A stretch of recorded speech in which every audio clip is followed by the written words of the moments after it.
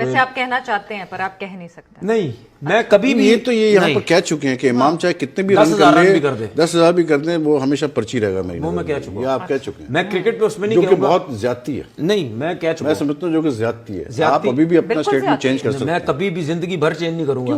ये तो मतलब गलत बात है। नहीं चेंज करूंगा क्योंकि आप ओपनर ना आपका कोई लेना देना, फिर क्या हिम्मत?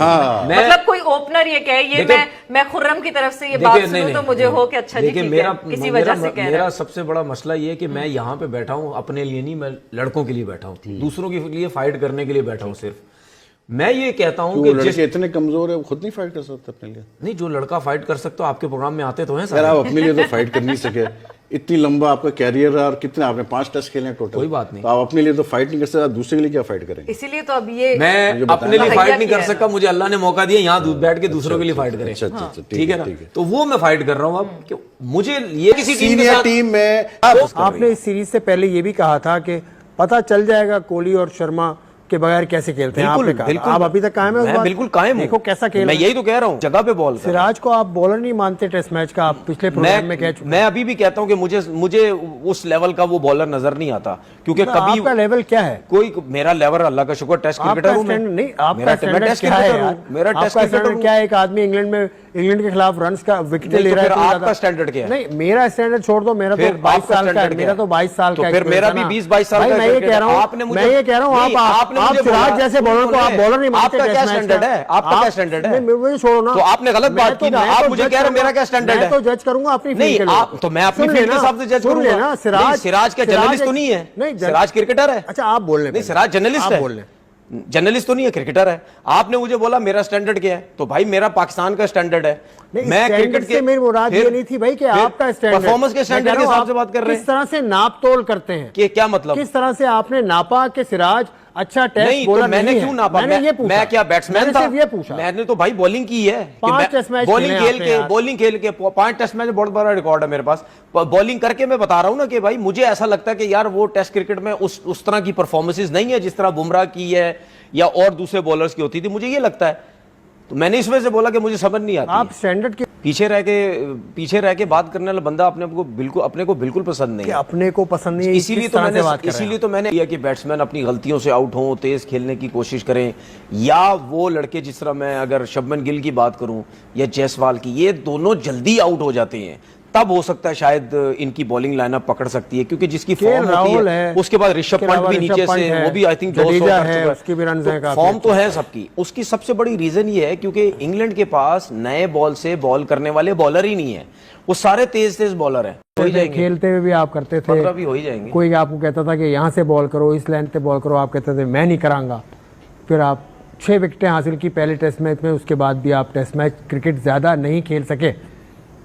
मैं खेलना चाहता था लेकिन जानबूझ के रोका गया, इसको बाहर निकालो, चले यार, क्रिकेट को खत्म करो, ये कहां फंस गया।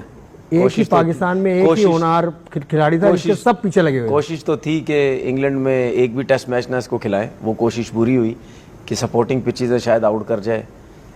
उसके बाद दुबई में पूरी कोशिश की इसको खिलाओ और ख़राब करो, फ्लैट पिचेस, साउथ अफ्रीका की टीम खुद ही एक मैच खेलेगा, चुप करके बाहर हो जाएगा। जो मीडिया मतलब किसकी जगह आप आए थे जिसकी वजह से आपको निकाला? किसका बैकअप थे आप?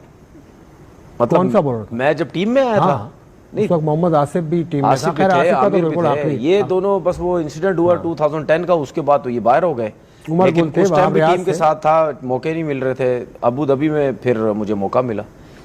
वहाब रियाज का डेब्यू भी उसी टाइम हुआ ना तकरीबन? वहाब रियाज का भी 2010 में हुआ। तो वहाब अच्छे बॉलर थे? हाँ, बॉलर अच्छे थे, लेकिन उस टाइम शायद मौका पहले मुझे मिलना चाहिए था, लेकिन वहाब को पहले डेब्यू कराया गया। वहाब ने जब इंडिया के खिलाफ टेस्ट मैच वनडे खेला वर्ल्ड कप का, तो उसे 5 आउट किए, शोएब अख्तर की जगह वो आए थे। तो मेरे फर्स्ट नहीं, वो तो आप 2011 की बात कर रहे हैं। मैं 2010 टेस्ट मैच की बात कर रहा हूँ।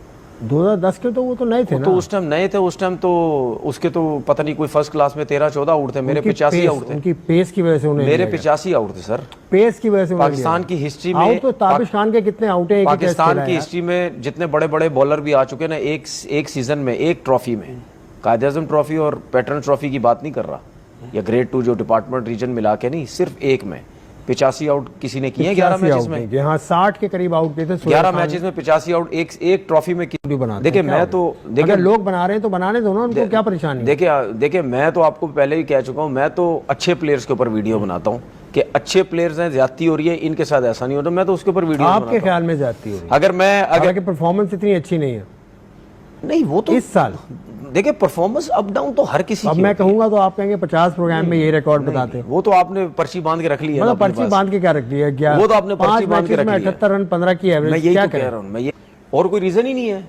देखिए मैं तो आपको कितनी दफा कह चुका हूं, ये कहते हैं दोस्त यार खिलाता था, ठीक है, बाबर के ऊपर ये इल्जामात लगाते थे ना लोग। मैं तो लोगों की यूट्यूब वीडियोस पे जिन लोगों को लोग जानते भी हैं, उस पे बात टीवी पे बात करके क्या बातें करते थी, बाबर दोस्त यार खिलाता है, बाबर किसी को खेलने नहीं देता, बाबर ये बाबर वो, क्रिकेट बोर्ड इसके हाथ में सेक्टर में, आपके सामने कितनी दफा बात कर चुका हूं, ठीक है। अब वो सारे दोस्त यार टीम में आ गए हैं, जो बाबर की कप्तानी में खेलते थे वो सारे अब टीम के अंदर हैं।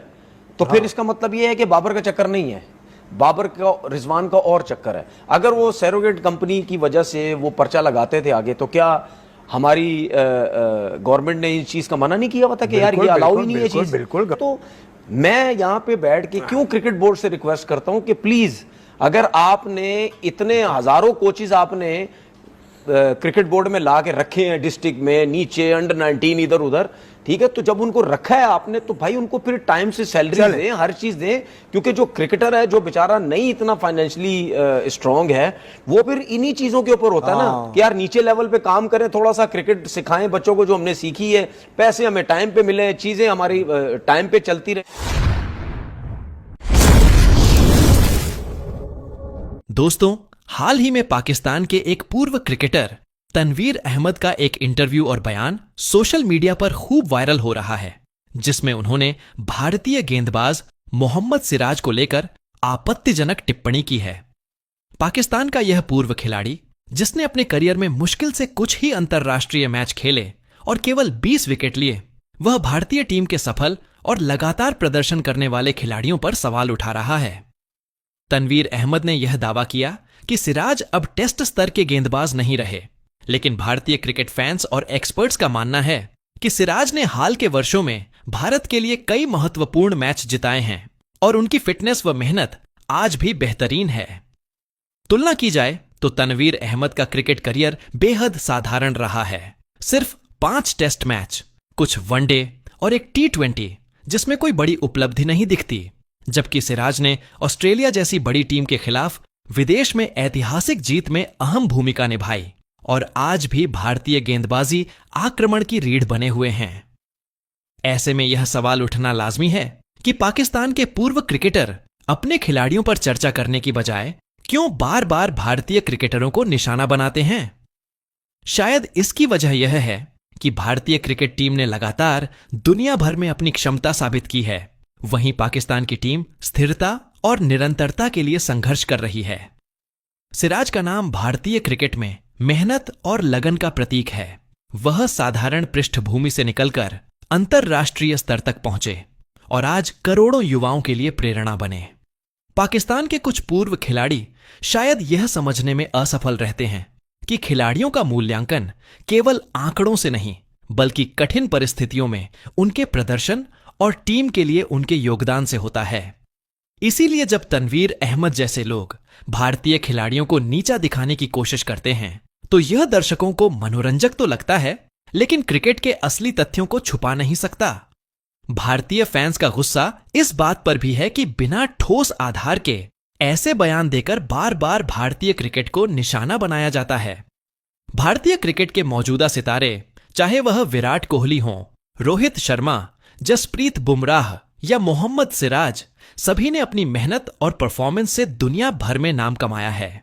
वहीं पाकिस्तान के पूर्व खिलाड़ियों का यह रवैया अक्सर सोशल मीडिया पर ट्रोलिंग का कारण भी बन जाता है, क्योंकि लोग तुरंत आंकड़े सामने रखकर सच्चाई बता देते हैं। हकीकत यही है कि भारतीय क्रिकेट टीम आज दुनिया की सबसे मजबूत टीमों में गिनी जाती है, और ऐसे में पाकिस्तान के पूर्व खिलाड़ी जब भी कुछ कहते हैं तो उसे लोग सिर्फ मजाक की तरह लेते हैं। दोस्तों, हमें यह समझना होगा कि क्रिकेट में सम्मान उसी को मिलता है जिसने लंबे समय तक प्रदर्शन करके अपनी जगह बनाई है और मोहम्मद सिराज ने यह साबित किया है कि वह भारत के लिए लंबे समय तक मैच विनर साबित होंगे।